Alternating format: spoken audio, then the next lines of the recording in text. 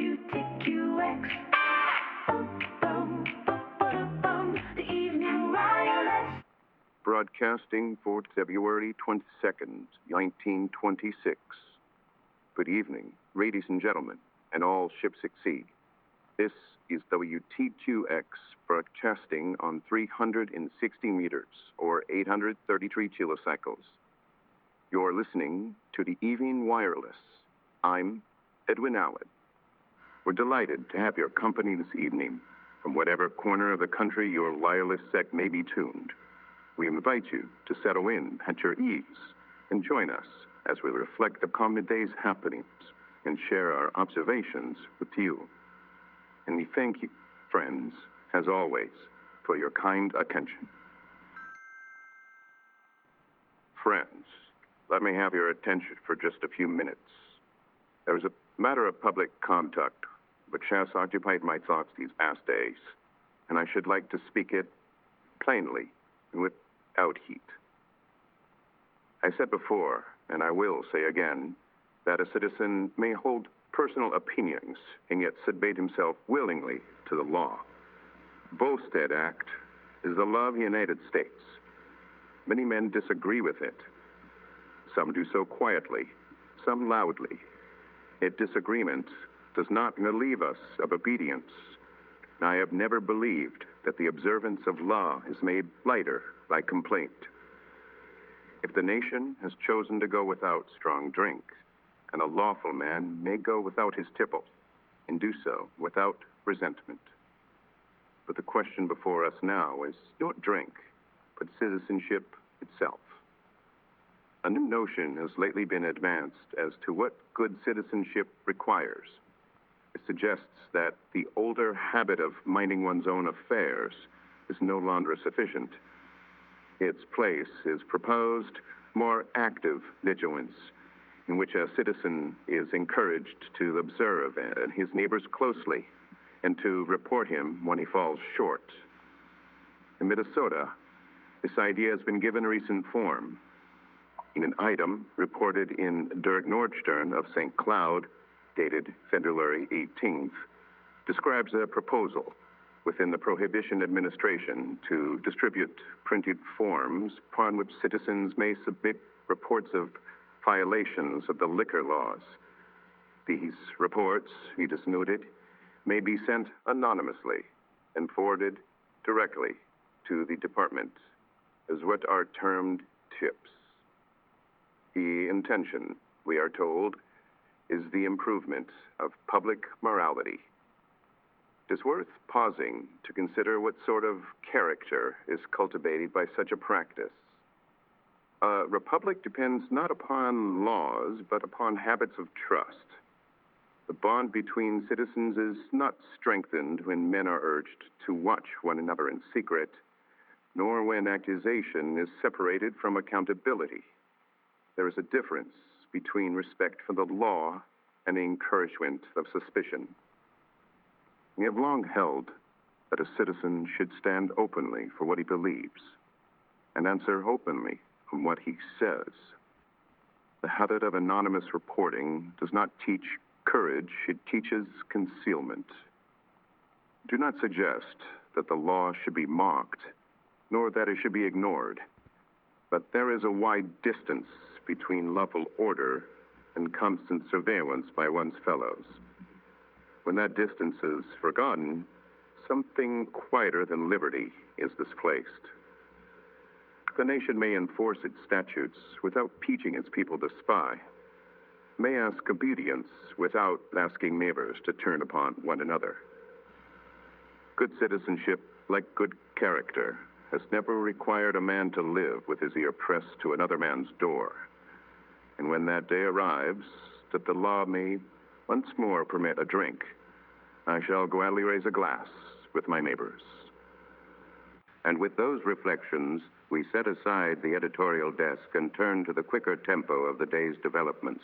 Mr. Jimmie Sparks has been attentive to the wires since early morning and stands prepared to acquaint us with the latest dispatches. Here are the headlines that are cooking, folks. Great Falls.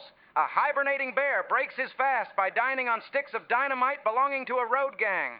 I'm going to assume nobody took a shot at the big fella. Washington, D.C. President Coolidge spends Saturday in bed, endeavoring to ward off an attack of influenza. Oh, the man was sick. Seemed like a regular Coolidge Saturday to me. Milwaukee. A brewer proposes a plan to test the intoxicating properties of his product. The Schlitz Company suggests providing a case to each congressman for examination. Oh, brother, to be a Wisconsin congressman. Alabama.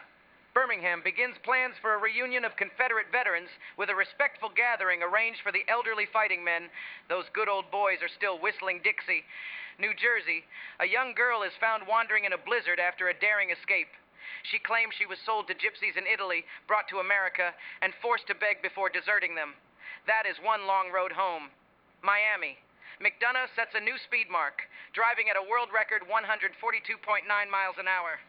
He must have seen the bear with the dynamite gut. That's the wire for now. Back to you, Edwin. Our thanks to Mr. Sparks for that brisk accounting. To weigh sporting matters with a steady hand and the perspective of experience, we now call upon Colonel Davies. Good evening. The field of sport never tires. There is a photograph making the rounds this year showing Miss Helen Wills of the United States and Mademoiselle Suzelle Morin of France, taken only days before their contest at Cannes. It shows two young women smiling politely as champions are expected to do. The match itself was another matter.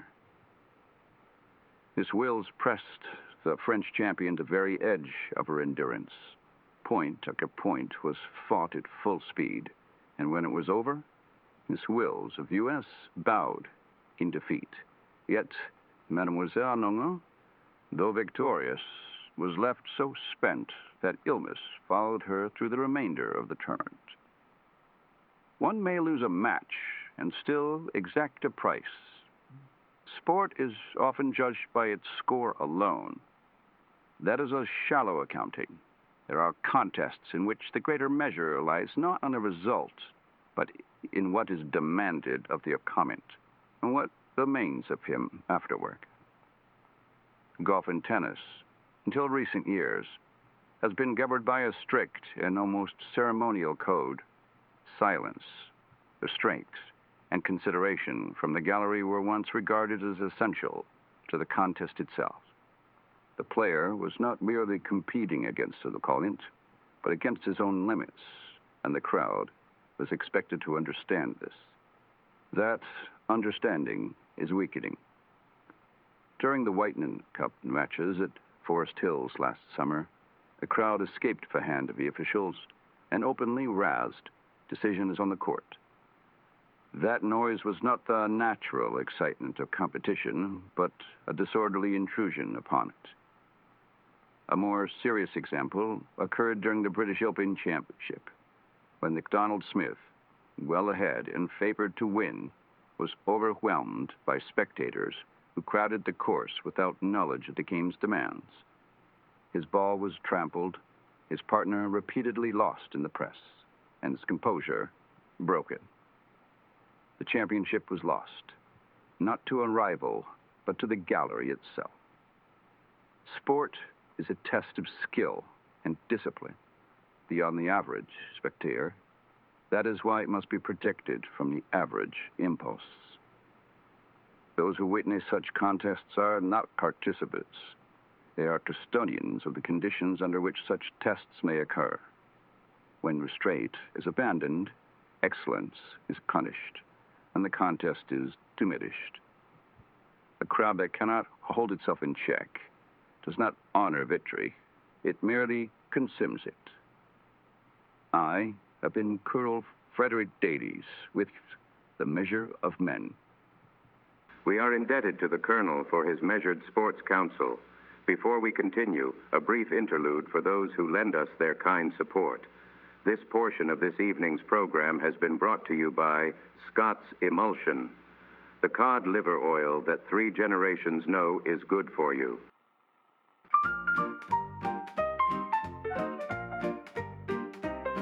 Have you heard the news? Have you heard the news? There's a tonic on the rise, and it's good for you.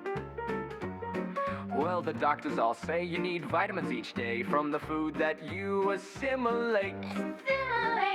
Assimilate. And when life's got you tired and your pep has expired, it's time to improve your fate. Scott's Emulsion, oh, it meets the test. For the weary worker, for the kids full of zest. For the mothers who fuss, who are nervous like us, it keeps them strong the whole day through. 3 generations know it's true. Scott's Emulsion's good for you. So don't you put it off, do the duty and your toil. Keep your family feeling fine with that cod liver oil. At your druggist counter, it's so nice. 60 cents today, what a price. Scott's Emulsion, take our advice. And now, having attended to those important messages, we turn westward, where the arc lamps burn bright and the cameras never seem to rest. Miss Vivian Cross joins us with word from the motion picture colony. Good evening, dear listeners. This week, the silver screen has been positively ablaze with excitement. Positively. The most talked about picture at every theater from New York to Chicago is the new photoplay La Boheme, directed by Kin Vidor and starring the uncomparable Lillian Gish. In this tender and tragic romance, Miss Gish portrays the poor seamstress Nini with such delicacy of expression that one can hardly take one's eyes from her lovely face. It is simply the cat's whiskers. Critics and audiences alike have said that she brings an almost filial piety to each scene, and I am completely aflutter just thinking of the gorgeous set pieces and the fine gowns that seem to glow under the camera eye. Truly, Miss Gish has never looked more radiant or more poignant upon the moving picture screen. And yet, my dears, if La Boheme is the drama that stirs the heart, the American Venus has been making quite a splash in its own right. Though billed as a comedy of modern life and romance, it is the mysterious and cat-like Louise Brooks, who is still in nearly every scene she graces. Now, this Brooks is not the star of the piece, mind you, but her light presence in that unforgettable pageant gown has outshone nearly every other performance. I simply cannot wait to see what marvelous turns she makes next.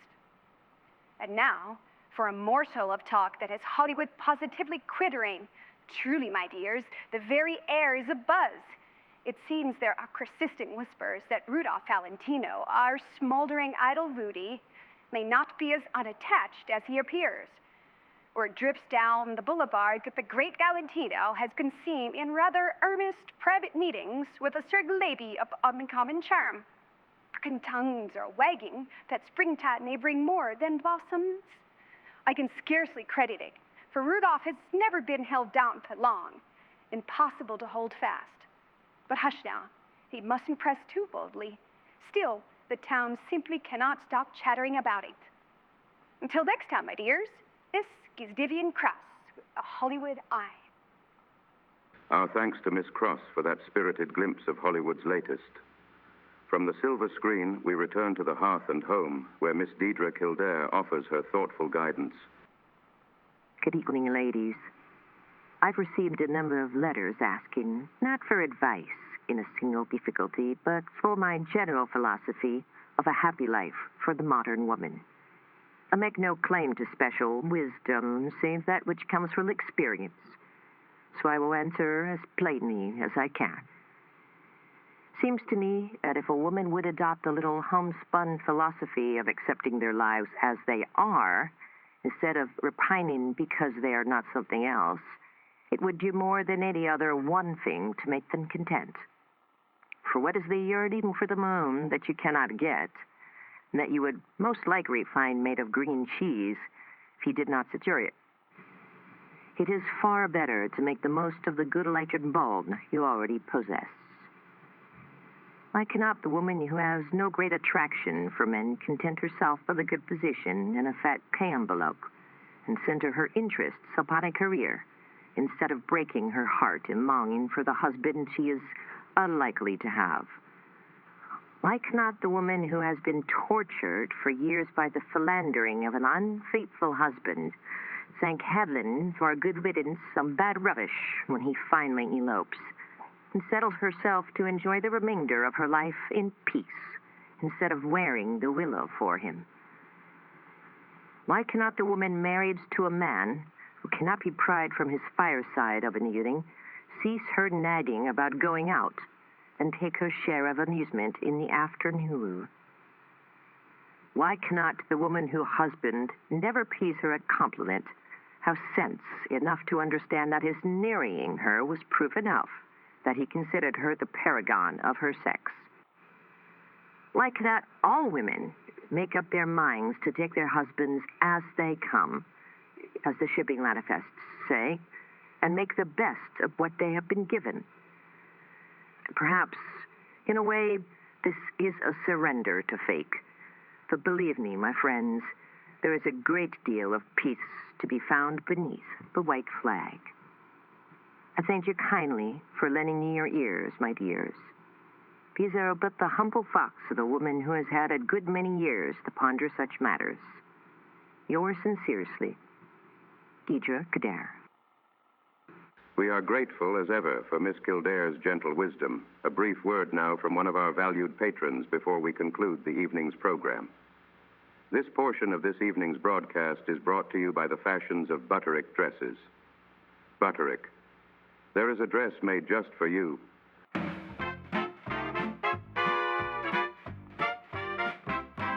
Hey, every lady, all shapes and sizes.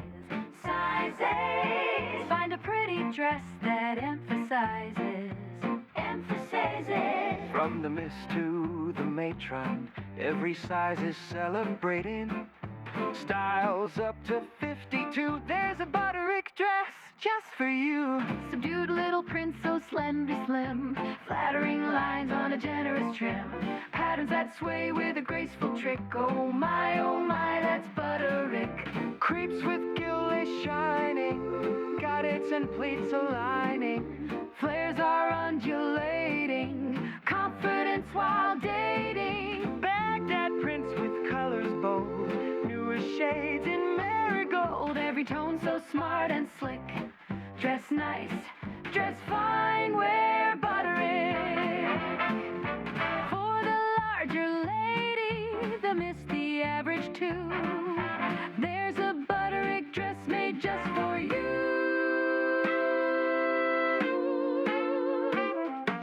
Step out in style, feel light as a flick. Butterick.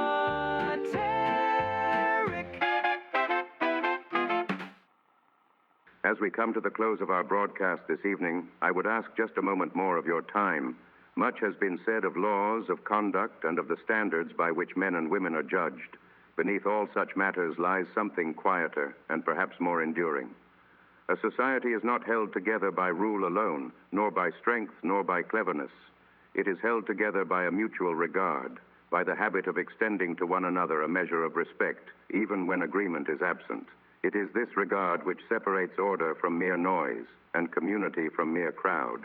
We speak often of progress and of mankind's dominion over the world, but such claims rest upon fragile ground if they are not accompanied by honor. Without it, authority grows harsh, competition grows cruel, and the bonds between neighbors grow thin. Respect is not a courtesy we offer when convenient.